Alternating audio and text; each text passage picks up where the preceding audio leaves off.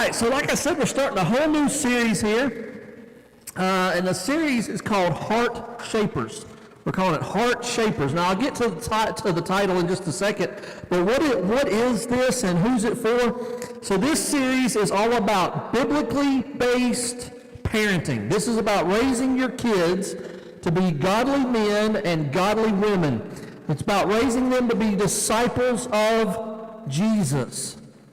You know, and I don't know, I thought, I always try to put myself in your all's shoes. I really do. I try to think about the questions I would have and the things I would be thinking or saying so I can address that in this. But, I thought, if I was in your shoes, I might be thinking, Preston, you ain't going to tell me how to raise my kids. They're my kids. Who are you to get up and tell me how to raise my kids? And this is what I felt like God put on, me. Because I get that. We can be sensitive about our children or possessive or protective, and we should be. But here's the thing. You're right. Who am I? I can't get up here and tell you how to raise your kids or what you should do. And I'm not doing, that.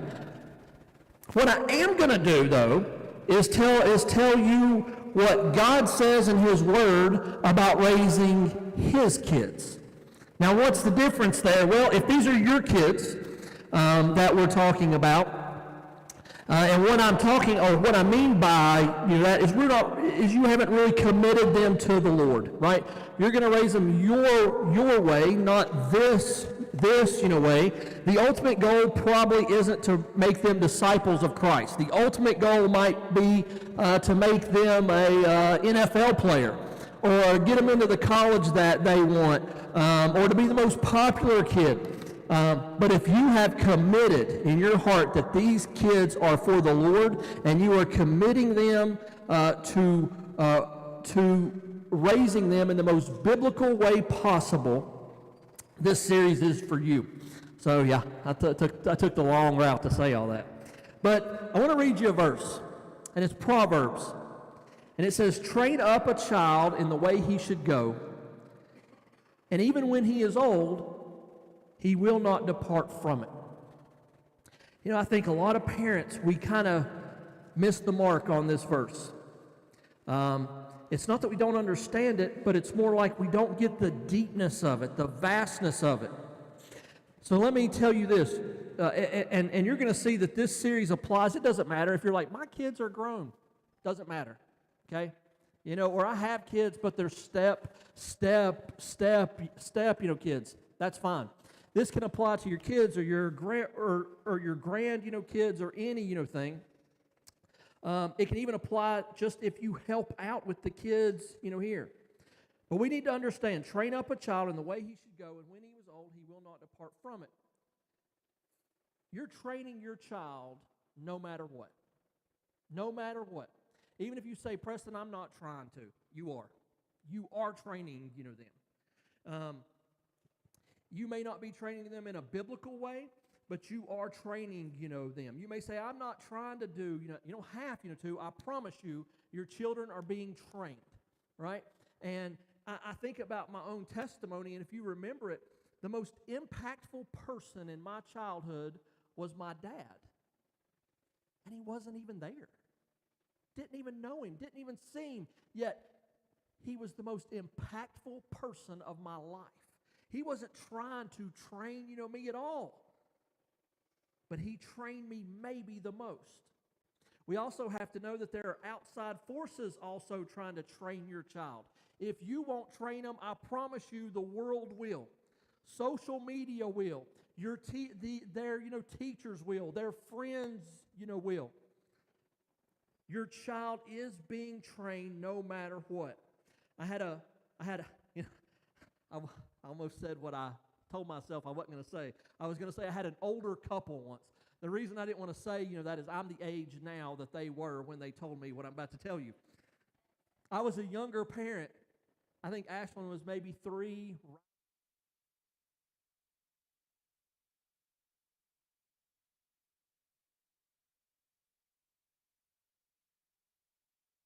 And he was grown, and he was not a believer. And they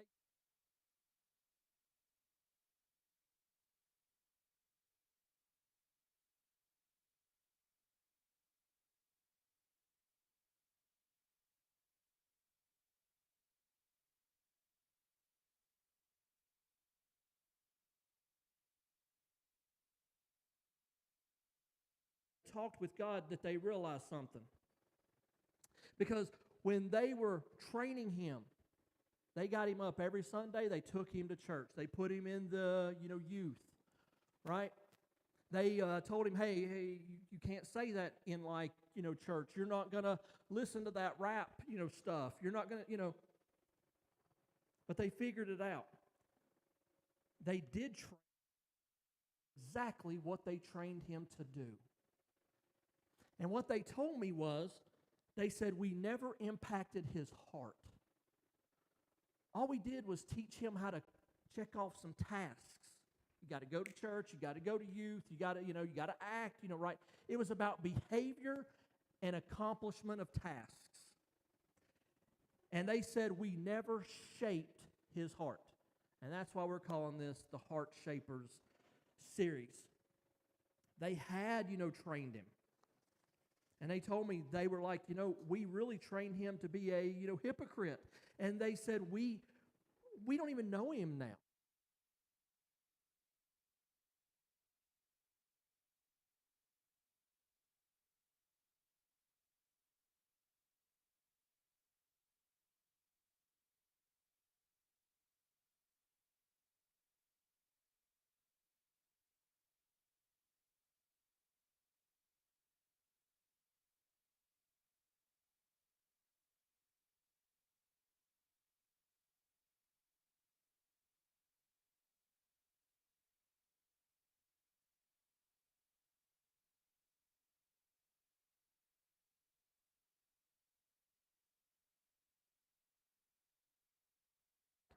Well, my kid came down, stairs for church, and I said, hey, you ain't wearing that to church.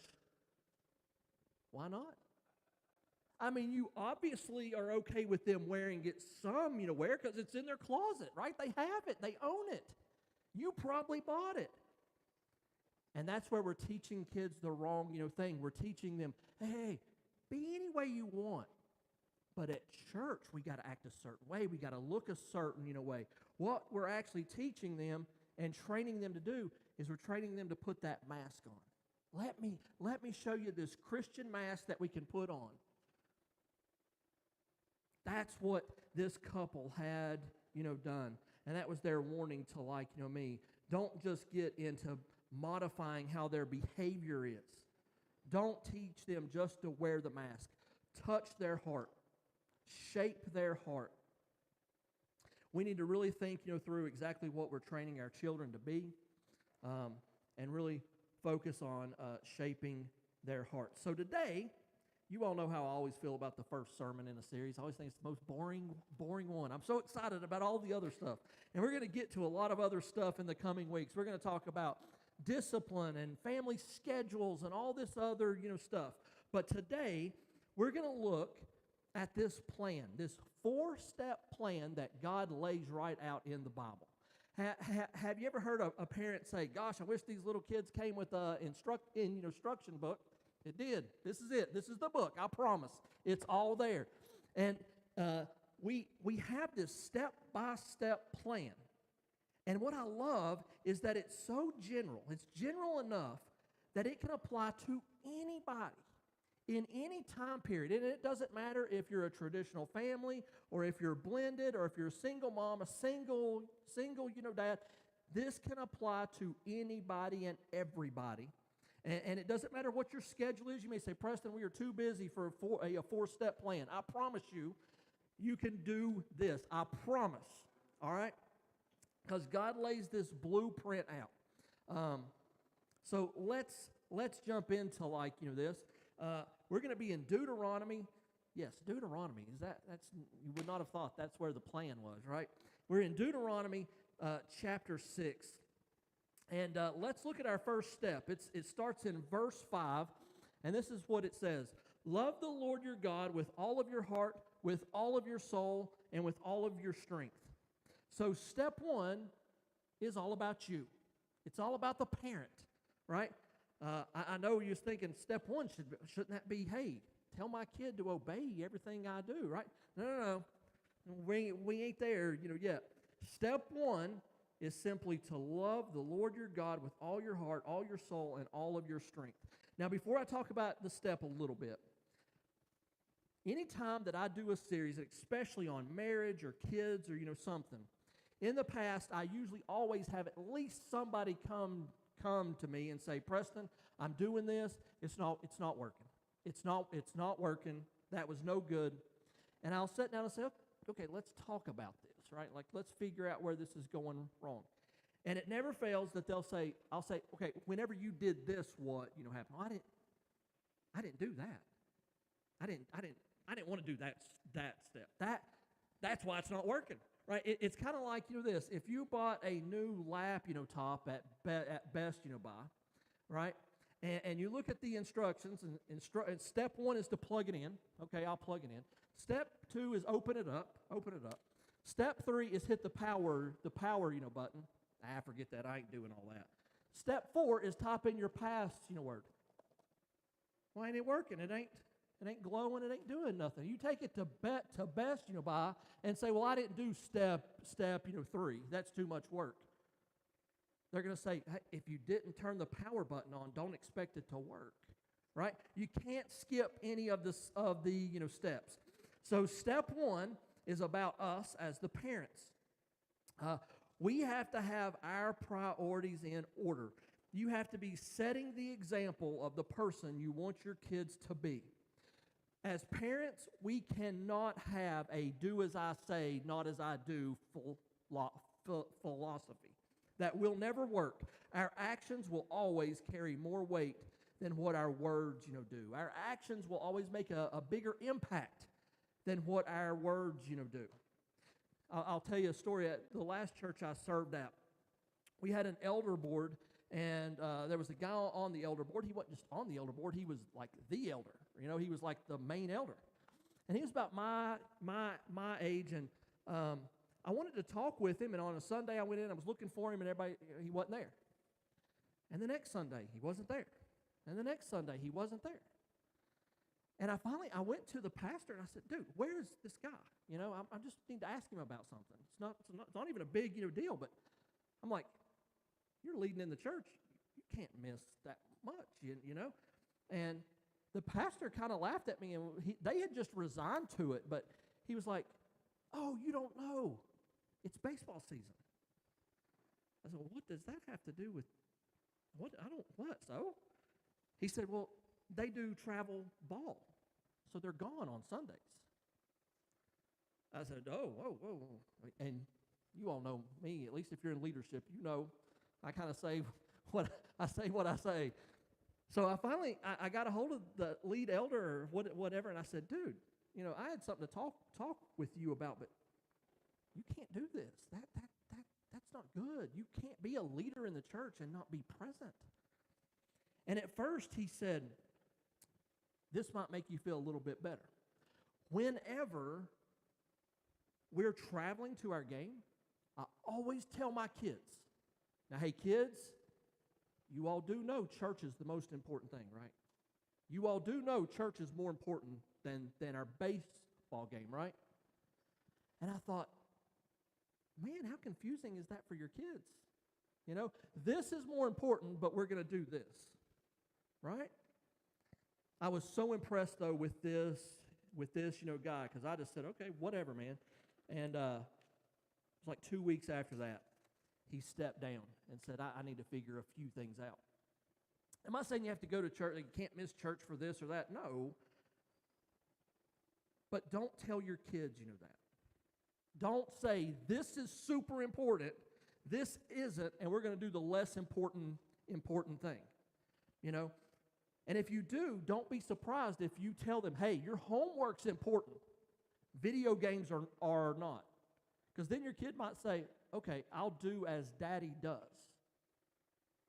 Important, not important. Oh, do the not important thing, right? Because that's what we do every Sunday, right?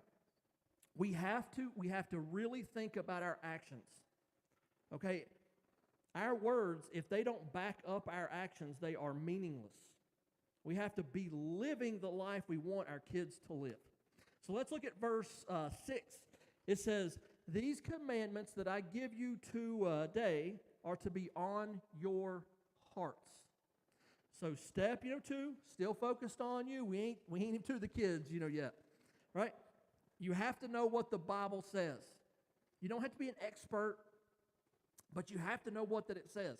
How can you possibly teach something to your kids that you don't know? Right? It's like we know Kingston plays soccer. If he played base, ball, I'd be lost. I wouldn't be able to help him. I don't know how to do it. I'm not good at that. I've tried that. I was no good at that. Right? You can't teach your kids something that you know nothing about. But I think it goes even deeper. It's got to be on your heart. It can't just be facts that It's got to truly be something that you're living out and that's on your heart. And I had written down, this doesn't mean you have to memorize a bunch of verses, right? And then it led me to something else. So many people say, Preston, I just can't do that. I just can't. I can't memorize verses. I actually think it's you just choose not to. I know that's what I had to tell myself at one point. And I'm going to give you an example. I told it to Ashlyn last night. She promised me it would not backfire on like me, so we'll see. All right? I'm gonna say something, and I want you to finish it. Okay? I'm going to give you something. You finish it out loud. Okay? Please do it out loud, please. All right? If you know it. Okay? Here's me. Life is like a box of chocolates. So what, did everybody watch Forrest Gump last, night? Or is somehow you remember that, right? It's kind of like a song. How many of us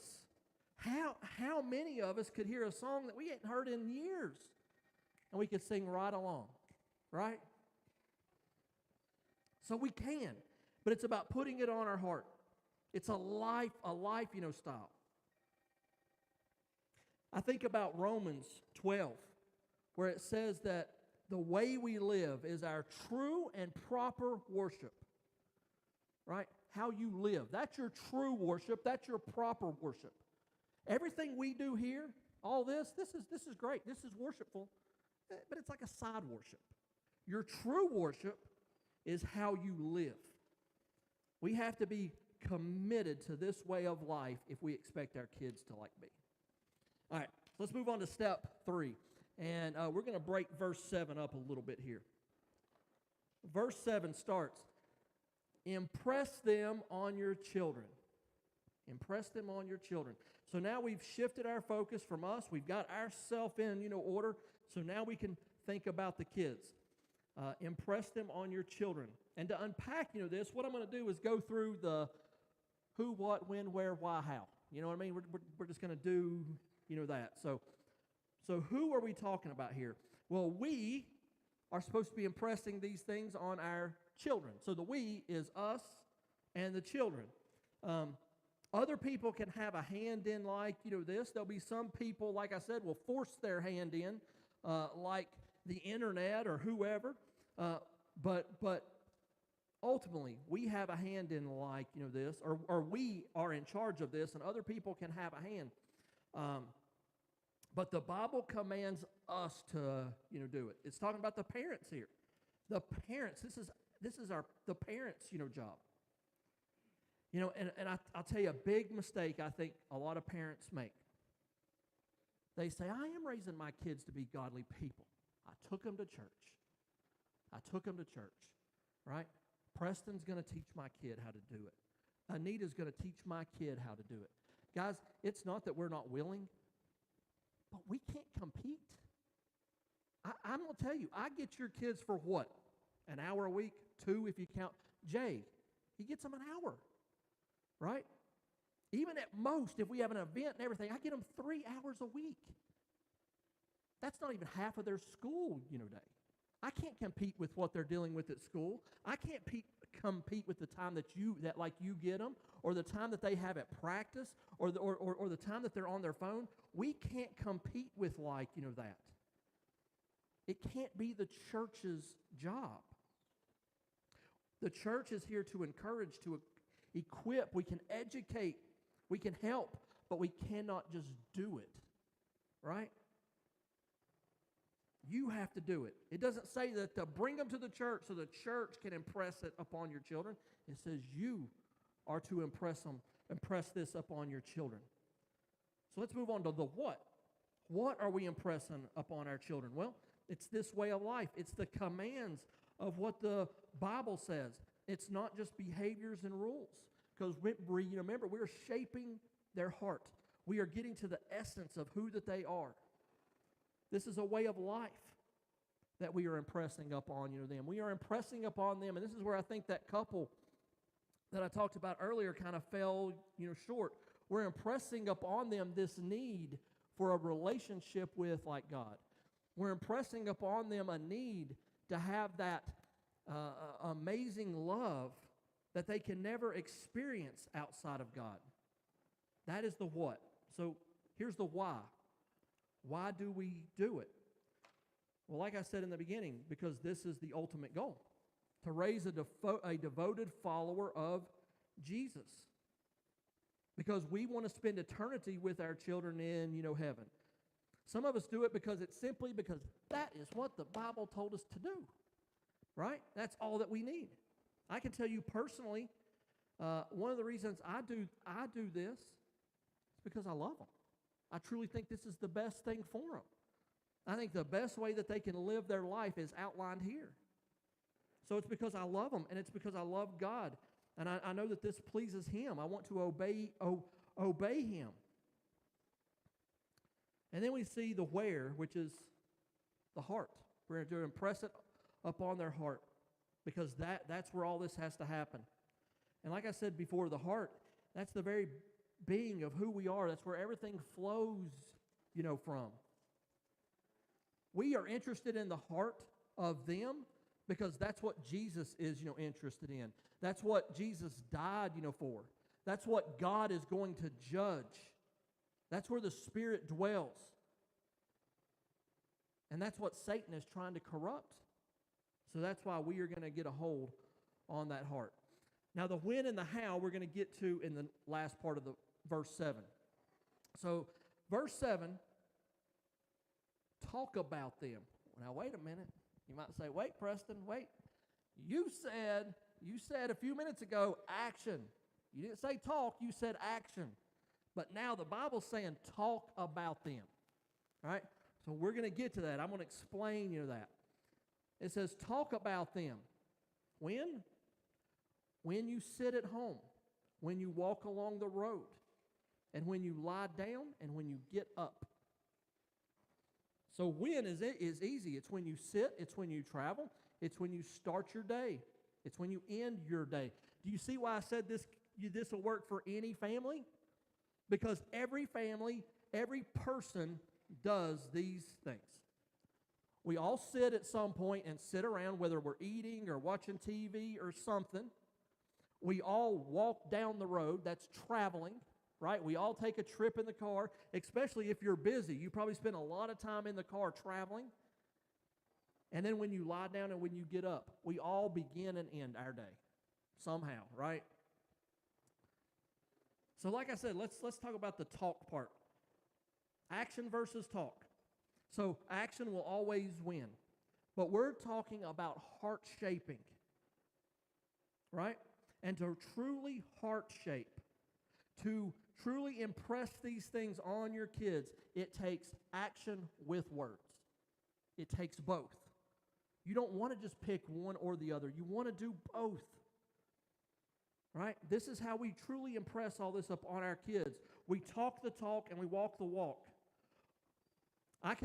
This is how I do this, and I do this with like leadership in the church. But I can break all this down into 3 words. Know, show, and go. Know, show, and go. You have to know the way, you have to show the way, and you have to go the way. The know, that's that parent part. We have to know what this says. And once we know it, then we have to show our kids. That's the talking part. And then after we've shown them, we actually have to do it. That's the action part. I think a good break, down of those 3 words is, Jesus. At one point, Jesus looks at his disciples and he says, hey guys, the greatest love any man can have for his friends is to lay his life, down for them. So Jesus is like, I know these people need a, Savior. I have that information. I have that knowledge. They need a sacrifice, right? I know it.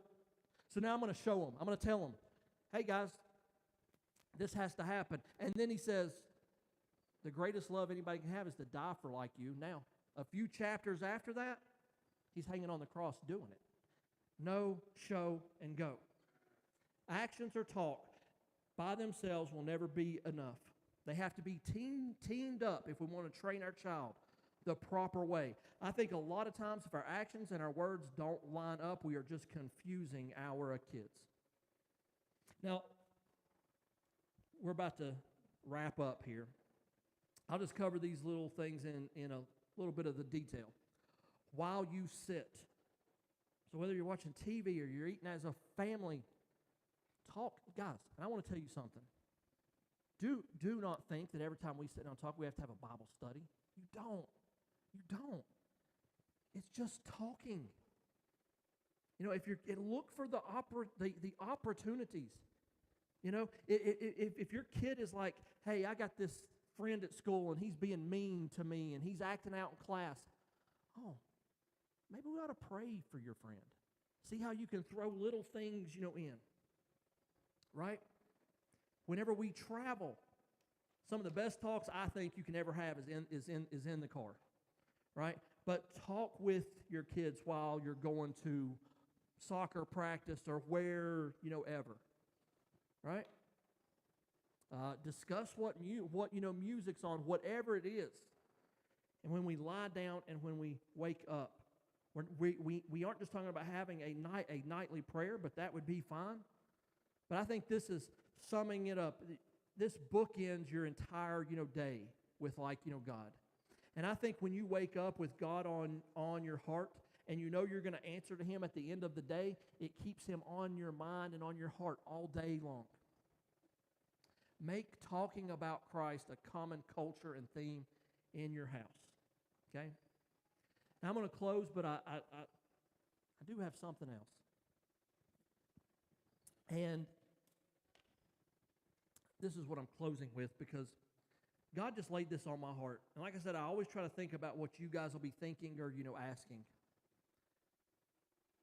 But we're supposed to train up a child in the way that they should go. And when they're older, they won't depart from that. Well, I've given my testimony here. I didn't grow up in church. I didn't have a Christian influence in my life at all. No one. I don't even know if we had a Bible in our house. But I had no one that brought me up in any way to be a pastor. There is no reason for me to be standing here. And I thought, man, this is such an encouragement to all parents. You can't mess up God's plan. And I do think that there are some people that the Bible refers to as the elect. There are some that God just says when He's creating them, they're going to do this. That's the plan, right? And I just think that God probably had it. He's creating Preston and said he's going to be a pastor. And it really doesn't matter what anybody does, including him. I'm getting him to this stand, right? But I think that gives us a lot of encouragement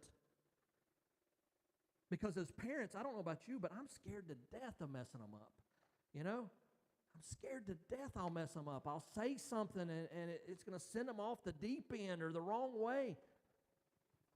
But I think especially when our heart is right, that God intervenes even when we make our mistakes. We're all going to fall at times, but none of us are powerful enough to mess up God's plans for His kids, right? God will He will intervene whenever He needs. Guys, if you would please stand.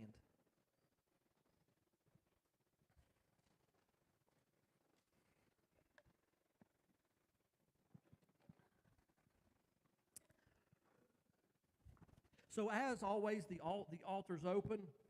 If you need to make a decision for Christ, If you need to pray here, and as you all know, I'm here for you. I'll help you any way that I can. I'll leave you alone if that's what you need.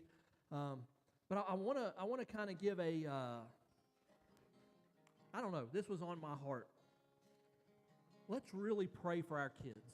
And pray for your own kids, but pray for our kids here, okay? And I'll even ask you this. When's the last time you did, that? Because I felt like that was the question God put on me. And I mean, every day I say the little prayer, God, please watch over them.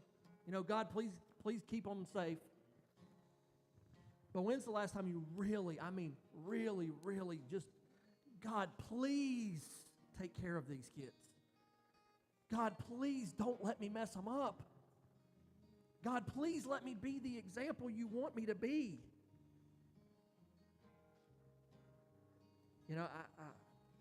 I think it's been a long time since I've done that. But I think the goal ought to be that we just cover, not even cover, let's smother every kid walking out of here. Let's suffocate them in prayer, right? I think we ought to do, that. So let's do that, now. And, of course, if you have a need, the altar's open.